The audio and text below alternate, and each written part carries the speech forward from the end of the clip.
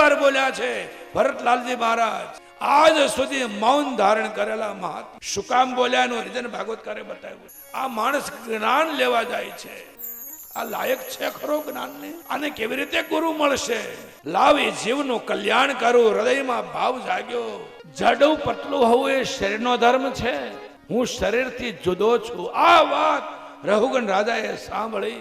એને થયું આ કોઈ સામાન્ય, જેનું હું પાગલ સમજુ છું એ પાગલ નથી.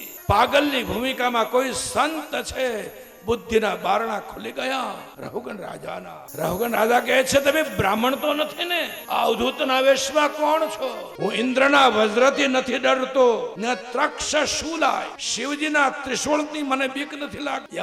ન યમસ્સ દંડા, યમ રાજાના દંડનો પણ મને ડર નથી. મને ડર લાગે છે બ્રાહ્મણના અપમાન કરવાનો. આ બ્રાહ્મણ તો નથી ને?